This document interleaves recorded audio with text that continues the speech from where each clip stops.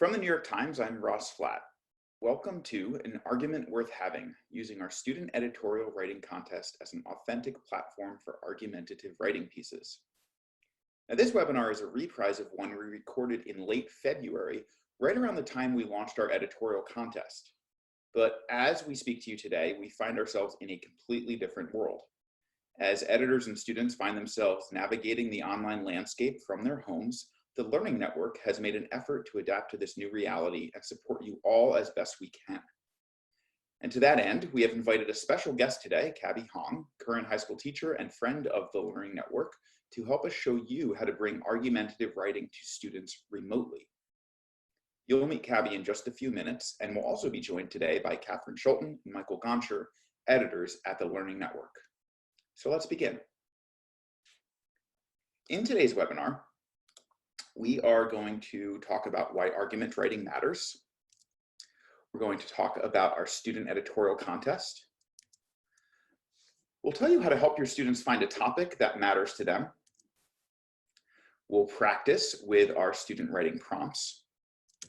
And finally, we'll show you how to explore student mentor texts to give students a really clear example of how to write.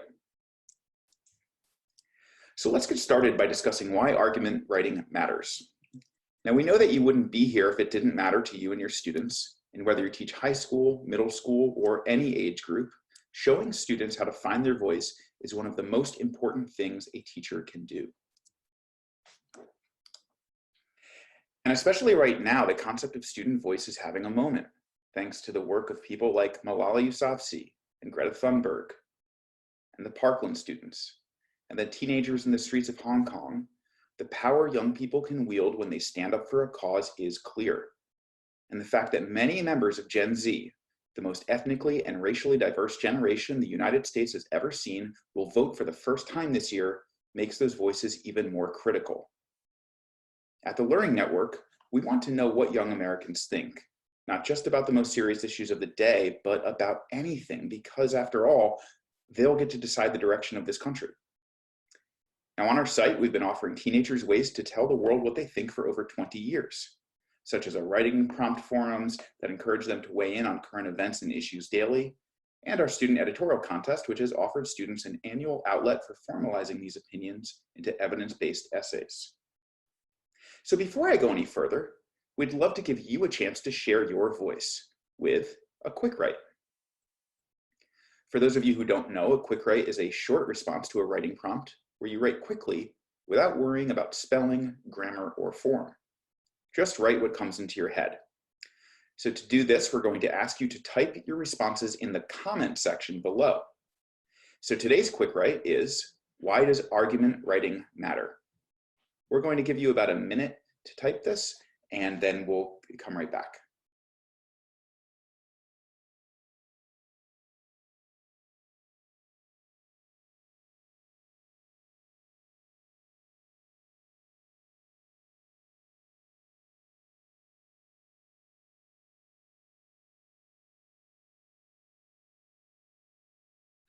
Okay, now if you're still writing, I invite you to just finish up your thoughts, but go ahead and complete your thoughts in the chat. But I do want to just call out a few of the ones I've seen. So thank you very much for sharing some of your ideas. We have a lot of great ones. Ricardo said that argument writing matters because it helps us really get to know students. Autumn said that students need to, 1, know what they believe in, and 2, why they believe it. Molly said that it helps students find their voice and feel powerful. And Lynette said to learn to form their opinions in a way that they will be heard and received. So those are just a few reasons that you guys think that argument writing matters. What we want to do now is talk a little bit about why writing matters to us at the Learning Network. And I think you're going to find that some of these ideas line up to yours. So first of all, argumentative writing matters because it's authentic. For any of you out there who teach middle or high school, you know full well how important it is for kids to want their voice to be heard, and even more important to get others to agree with them. Second, it's curriculum aligned. No matter your subject, ELA, science, social studies, argumentative writing is an important part of the curriculum. Now, for many of you, students may be assessed on their ability to argue well in writing, either on a state or local test or a debate or a large-scale research paper. Whatever the case, providing students with the resources necessary to write an argument will only enhance your curriculum. And finally, and perhaps most importantly, argument writing is empowering. So imagine students who struggle to be heard by their peers or their adults in their lives. Think about how much would change for them if they had the skills and knowledge to argue well. And now I'm going to hand things off to Michel Gondry, editor at the New York Times Learning Network, who's going to talk about our editorial contest. Hi, thank you, Ross, and hi, everyone. My name is Michel. So I'm going to talk about our editorial contest. It's now actually in its 7th year running, and it grows in size each year. So last year we had over 10,000 entries, and quite honestly, I'm not really sure what's going to happen with this year's contest. It's such a different school year from any other that certainly I've experienced, and so we'll just have to see what happens. But here's how the contest works. Students choose a topic that they care about. It really could be anything. And quite simply, they write a concise editorial to convince readers of their viewpoint. Now, for this year's contest, we extended the deadline because of everything that's going on. The deadline's now April 21st. And so let me share with you some other rules and guidelines. So first of all, students need at least 2 sources, one from the New York Times and one from another reliable source. They can have many more if they want. The editorial must be 450 words or less. And it can be written by an individual student or actually by a group of students, just like the Times editorial board often does with its editorials. And let me say one more point. Winning editorials often have a strong voice that engages readers. So we want students' own personal voice to shine through when they write their editorials. And with that, let me introduce my colleague here at the Learning Network, Katherine Shoal. So welcome. Hi, everybody. I'm Katherine.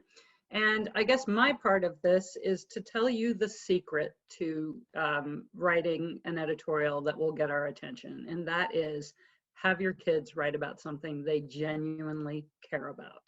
In other words, they shouldn't write about a topic that a teacher assigned them. They shouldn't pick a topic that they think is maybe high-minded, something they should be writing about, but they don't really care about it. They won't write a good essay if they pick something that doesn't matter to them. So they need to choose something that they want to spend time with and research and really care about. And our guest teacher is gonna really show you what that looks like in the classroom. But before I introduce you to him, I want to give you some examples from previous winners of our contest. So kids who have won in the past, these are some of their topics. Should you be doing yoga in school? What does it mean to wear a hijab? Bullying in gym class, why we should all eat bugs, the wonders of traveling, youth football and concussions, 3D printers, video gaming, why it's okay to be messy was one of the winners last year. And one of our honorable mentions last year, she made an amazing argument that pineapple pizza deserves more respect. That was her whole argument, but she had a science-based reason for it, and we were all very convinced. So I would like to introduce Cabby Hong. His students send in their essays every single year and often place because Cabby's so very good at helping them find the topics that matter to them. He teaches in Madison, Wisconsin, at a Verona area school district. And Cabby, take it away. Hi, everyone. I thought I'd first start by acknowledging my fellow educators on the webinar and just the amazing work that all of you are doing for your kids on a daily basis. So for one educator to another, thank you. I love this contest. I do it every year. I teach freshman English. I also teach AP language and composition. And whenever I start this contest, the biggest hurdle that I have with my students is, what do I write about? And I tell the kids they can write about anything that they want. And for some kids, that's extremely liberating. But for a surprising number of my kids, they really struggle with the topic. What do they write about? So I've come up with 2 criteria that I think will be helpful for you in terms of finding a topic for your kids. And the very first is to be an expert on the topic. We're all experts on something, and teenagers are no different. And so having them think about, like, what are they passionate about? What are they into? And thinking about their expertise, even though they're just a teenager. And then the other criteria is for them to have passion. And like Katherine mentioned before, a lot of times kids, they pick topics that they think they should write about instead of topics that they actually want to write about, because it is the New York Times, it is a big contest, and they feel like they need to be more adult. And when you look at the actual past winners, you notice that the Times really values student voice. So I thought I'd use an example from this year of a student named Sam who struggled with the topic itself. He is a really bright kid, but he didn't have a topic for a first draft, and he kept working. And he finally showed up with a draft on the Electoral College. And he chose the Electoral College because he thought it was an appropriate piece. He thought it was serious enough. And as he was peer editing with his partner, both of them came over to me, and Sam admitted he didn't like his own essay. He thought it was terrible. So I started talking to Sam about things, and one of the things we joke with Sam about a lot is that he loves fast food, and he goes to Chick-fil-A and he goes to Panera all the time. And we started talking about Chick-fil-A and how the company is very supportive of some conservative causes, which has resulted in some controversy. And Sam started talking about how his friends, who are also very liberal, and Sam is also very liberal as well, gave him a hard time for going to Chick-fil-A. And I told him that's a perfect topic to write about. He felt very conscientious about it, very self-conscious about it, because he was like, well, should I be writing about Chick-fil-A? Is that worthy of a contest? And I said that the topic actually connects to a much larger debate in society about cancel culture and whether you should support companies, artists that you have different views on. Sam felt motivated. So he revised the draft, and we did a cancel culture unit earlier in the year, and he connected it to a lot of those discussions that we had. He connected it to a lot of the sources that we had. And it was a great essay. It was deeply personal. It sounded like him. He cared about it. He wanted to revise it to make it better. And the whole writing process just transformed with his choice in topics. And I spend an enormous amount of time really trying to help students pick the right topic, because if you pick the wrong topic, it doesn't matter what revision strategies you implement later on, it's just not going to improve the draft. So I kept thinking about what are some resources that I could offer you and some ideas if you're teaching remotely and if you're trying to figure out topic selection. One of the techniques that I use is using Google Doc and having kids share their topic ideas out with everyone else. I find that I do this in class, but obviously if you're teaching remotely, you're going to do this using technology.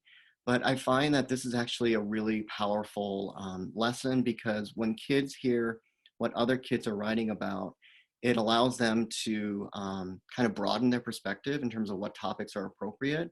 And it oftentimes sparks other ideas that can result in possibly better essays. So that's what I have here for now. And I think I'm going to turn it back over to Katherine. Thank you, Kavi. So now I hope you guys were very inspired, because we're going to ask you to think about your own students in the light of everything Kavi just said. Again, in the chat box, if you could just put in, thinking about your own kids, what is it that they care about? Cast your mind mentally over your classroom. What makes them mad? What do they want to see change? Or maybe just what do they know a lot about that might yield, the same way this kid knew a lot about fast food, that might yield an argument. So go ahead and answer here in the chat box, and we'll give you another minute.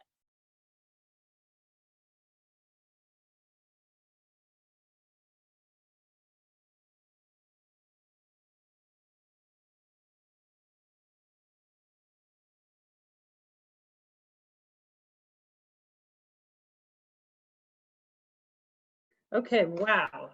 Listen, all I can say is I hope all you guys send your kids our way with these topics, because you can all read these. They're amazing. Bullying, athletics, a ton of people talking about racism and immigration, social media, student loans. Somebody wrote about TikTok, mental health. Yes, we get tons of those every year, and those are so interesting to us. Me Too, homework, dress code. Somebody talked about tattoo artistry. Right now, of course, lots around COVID and around it impacting their community, as I see Kathleen saying, as well as all your kids are now experts in online learning, right? And kind of rethinking education because of this complete crisis. So vaping, I mean, you could go on and on. So I hope you will convince your students that those things truly matter to us, and that's what we want to read about. And I want to turn over now back to my colleague, Michael. Hi, thank you, Katherine. So all of you just shared so many different topics that your students might want to write about, but we also want to share with you some strategies that we have to help any students in your class who might want a little bit of inspiration. We've actually been publishing writing prompts every school day for over a decade. And what that means is that we have hundreds, literally several hundreds of argumentative writing prompts, a whole library that students can access, and we have lists of these prompts. So let me say that at the Learning Network, we believe that students should have opportunities to write every day, write often, that they should have opportunities to write in a low stakes way so that they can practice their writing and test out their ideas.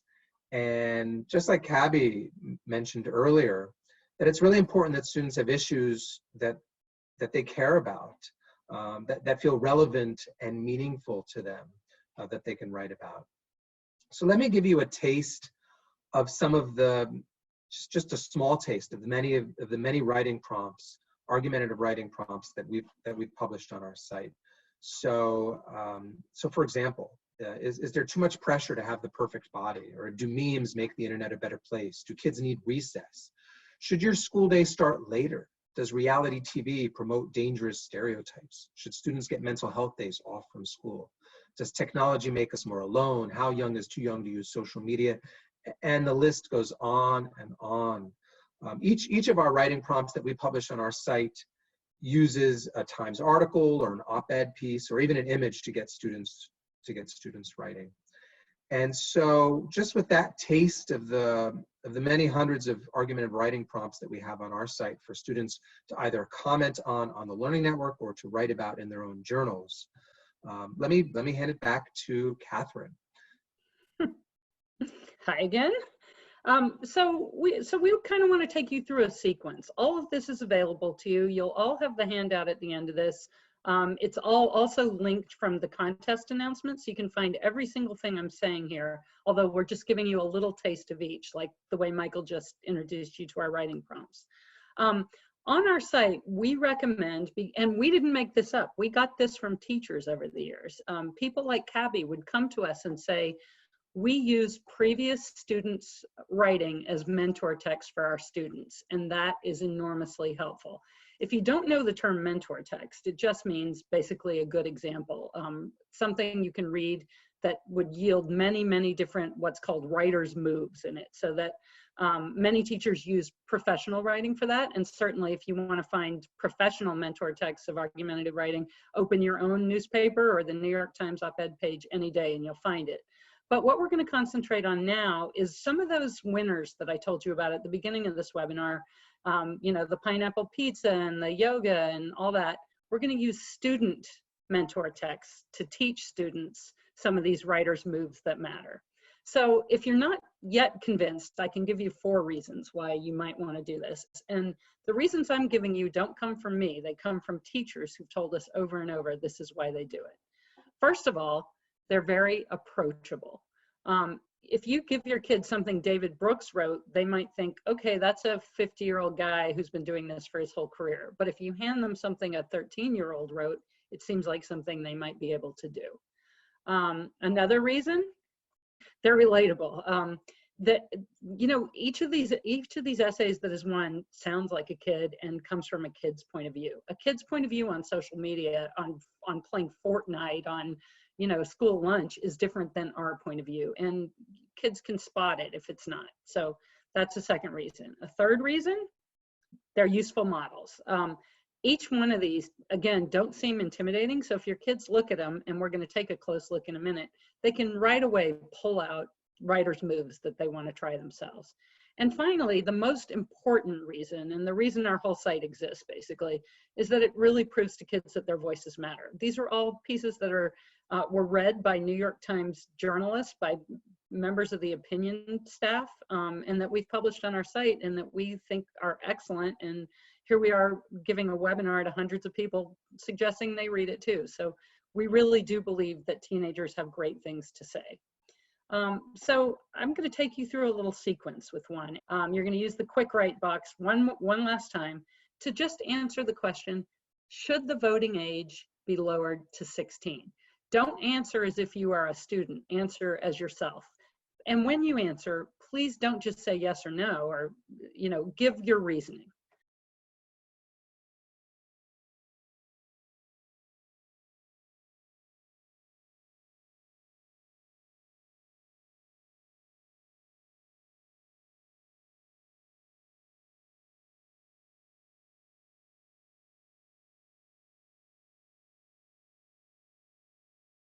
Okay, I'm going to go ahead and stop you there. And, you know, sometimes when we've done this webinar a couple times, sometimes it really all trends yes or no. This is very much in the middle. Some of you say absolutely no. They don't have the knowledge, their brains aren't developed, you know, they don't have the experience. Others say yes.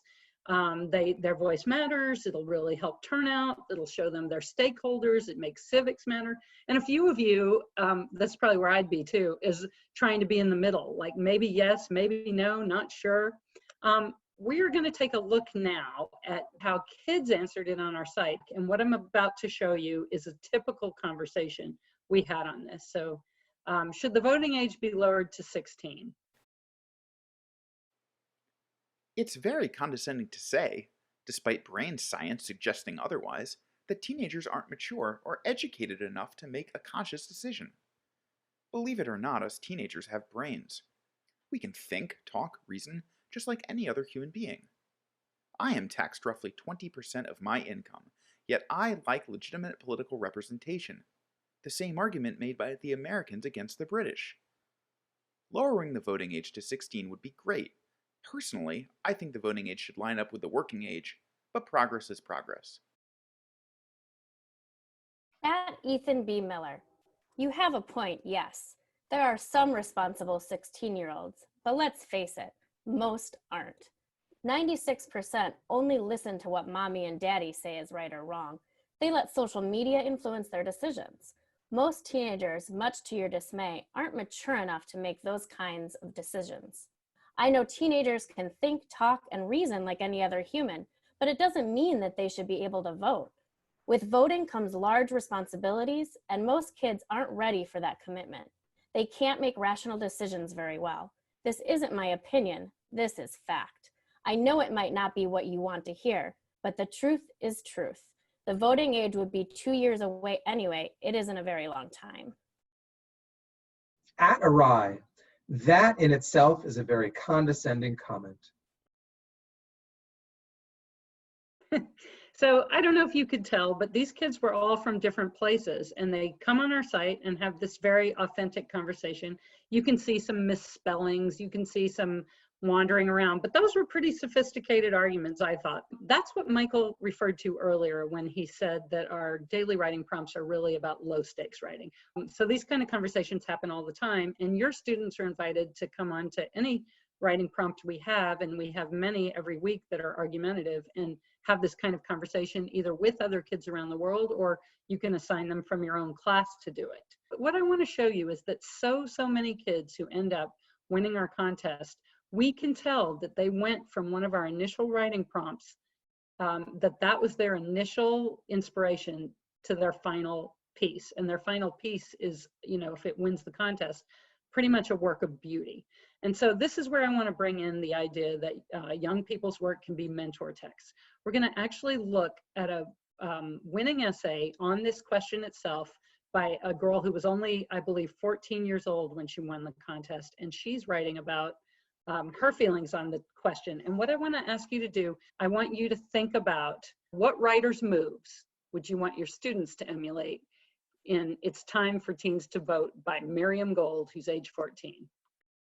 At 16 years old, Jack and Draka discovered an inexpensive method to test for pancreatic cancer. At just 15, Louis Braille invented the Braille writing system, allowing the blind to read and write. Additionally, Malala Yousafzai was 17 when she won the Nobel Peace Prize for promoting women's education in Pakistan. These teens show themselves to be innovators and inspirers, their work rivaling the achievements of our most celebrated adults. However, even with the potential that every teen holds, they are denied a voice in who governs their own country. As a politically aware high school student, I should be allowed to vote at 16 in the November 2016 election because my opinion is no less valid than the adults who vote. Okay. Wow. I mean, you guys are a stellar audience, I got to say, because we have done this pretty many times before, and you're finding a real variety. Verbs, transitions, tons of you mentioned the opening with the very specific examples, and someone said evidence that's both historical and contemporary, and I like the way that was put. Somebody noticed the however as a transition, the use of ethos, the general flow of it. Many of you guys, Miriam gets our attention right away with examples of teenagers who did incredible things as a young age. As we always say, we read thousands of these when we're judging them. If you waste your first few lines, it doesn't bode well for the rest of the essay. So getting our attention right away is highly, highly important, and this girl did it. Nobody mentioned this, and I purposely picked a very traditional essay. When you guys go on our site, you're going to see that many of the essays that have won are not so traditional and do not have a thesis at the end of the first paragraph, or are not 5 or maybe 6 paragraphs long with topic sentences.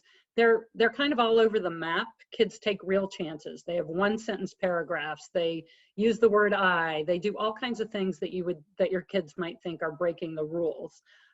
This one pretty much follows the rules, so it's a good one to start with if that's the kind of writing your kids have mostly been doing, which it is for many in school.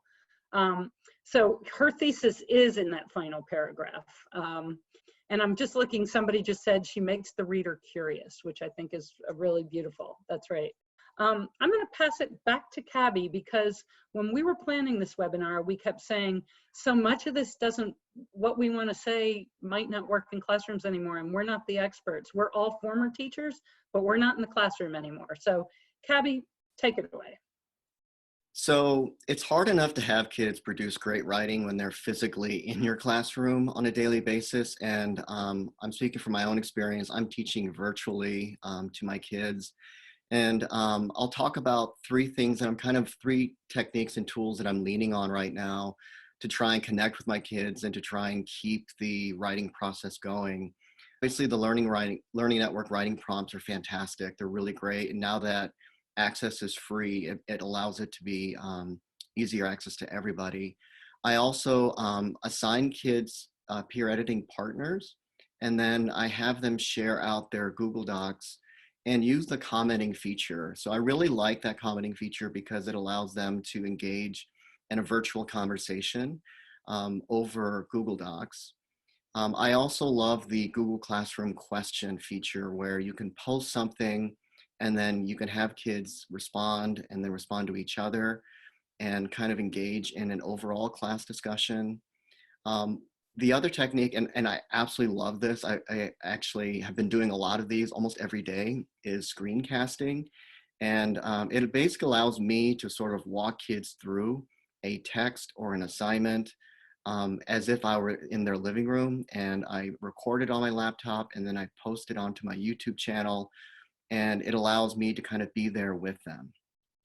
So those are some tools that I've been leaning on in this time period. It is by far not a perfect list.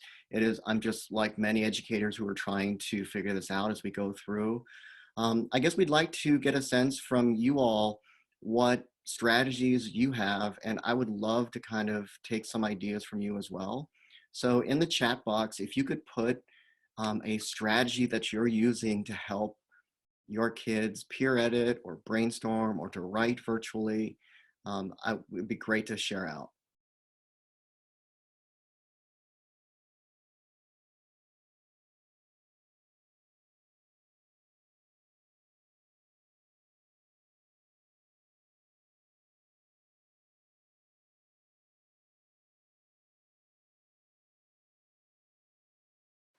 Hey everybody, it's Ross again. So thanks for sharing all of your strategies. I'm seeing some things on here that are definitely new to me. Cabby, what do you see that really stands out? A lot of you are mentioning the turn it in feature. That's an absolutely great feature too. And it looks like we have a lot of people using Google Docs for feedback, students creating blogs on Blogger, other resources like Screencastify and Schoology. There's another teacher who uses Kaizena to create audio comments for her students just so they can hear her voice. That's really great. Okay, so thank you everybody for sharing these ideas with us. Hopefully you'll be able to use each other's resources as well as the Learning Network as you continue to adapt to online learning.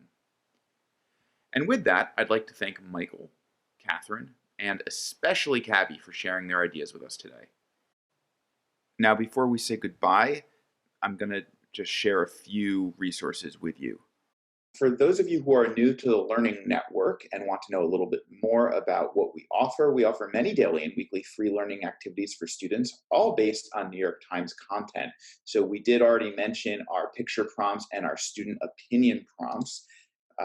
We also have a feature called What's Going On in This Picture, What's Going On in This Graph, Lesson of the Day, Film Club, our weekly news quiz, Country of the Week, Word of the Day, contests all year long, such as writing, photo, podcast, and editorial, of course.